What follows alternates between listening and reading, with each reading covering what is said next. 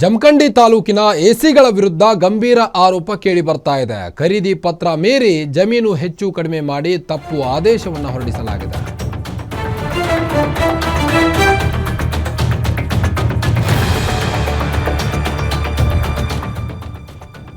ಖರೀದಿ ಪತ್ರ ಮೀರಿ ಜಮೀನು ಹೆಚ್ಚು ಕಡಿಮೆ ಮಾಡಿ ಗೋಲ್ಮಾಲ್ ಮಾಡಲಾಗಿದೆ. ಜಮಖಂಡಿಯ ಸರ್ವೆ ನಂಬರ್ 621/2 ಆ ಒಂದು ಸೈಟ್ ನಂಬರ್ ಗೋಲ್ಮಾಲ್ ವಿಚಾರಕ್ಕೆ ಬಾಗಲಕೋಟೆ ಜಿಲ್ಲಾಧಿಕಾರಿ ಸ್ಪಷ್ಟನೆಯನ್ನು ಕೂಡ ನೀಡಿದ್ದಾರೆ.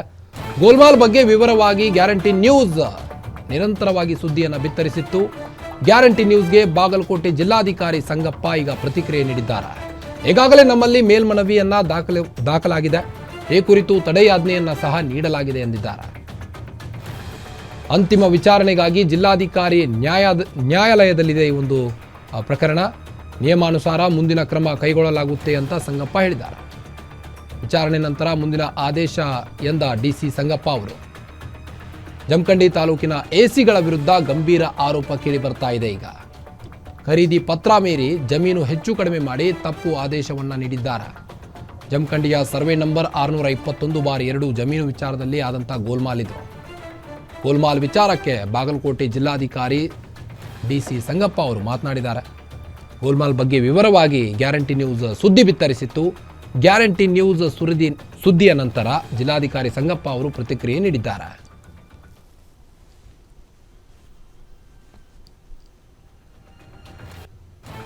ಅದು ನಿನ್ನೆ ನೀವು ಏನು ಪ್ರಸಾರ ಮಾಡಿದ್ರಲ್ಲ, ನಾನು ವೆರಿಫೈ ಮಾಡಿದ್ದೀನಿ ಆಫೀಸಲ್ಲಿ.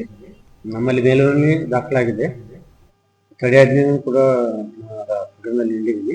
ಅಂತಿಮ ವಿಚಾರಣೆಯಲ್ಲಿದೆ. ನಿಯಮಾನುಸಾರ ಕ್ರಮ ಕೈಗೊಳ್ಳುತ್ತಾರೆ. ನ್ಯಾಯಾಲಯ ಕ್ವಾಶಿ ಜ್ಯುಡಿಷಿಯಲ್ ಆಗೋದ್ರಿಂದ ವಿಚಾರಣೆ ಆದೇಶ ಹೊರಡಿಸ್ತೀನಿ. ಇಲ್ಲ, ಅದು ನಿನ್ನೆ ನೀವು ಏನು ಪ್ರಸಾರ ಮಾಡಿದ್ರಲ್ಲ, ನಾನು ವೆರಿಫೈ ಮಾಡಿದ್ದೀನಿ ಆಫೀಸಲ್ಲಿ. ನಮ್ಮಲ್ಲಿ ಮೇಲ್ಮನವಿ ದಾಖಲಾಗಿದೆ. ತಡೆಯಾಜ್ಞೆಯೂ ಕೂಡ ಪ್ರಕರಣದಲ್ಲಿ ನೀಡಿದ್ದೀನಿ. ಅಂತಿಮ ವಿಚಾರಣೆಯಲ್ಲಿದೆ. ನಿಯಮಾನುಸಾರ ಕ್ರಮ ಕೈಗೊಳ್ಳುತ್ತಾರೆ. ನ್ಯಾಯಾಲಯ ಕ್ವಾಶಿ ಜ್ಯುಡಿಷಿಯಲ್ ಆಗೋದ್ರಿಂದ ವಿಚಾರಣೆ ಆದೇಶ ಹೊರಡಿಸ್ತೀನಿ.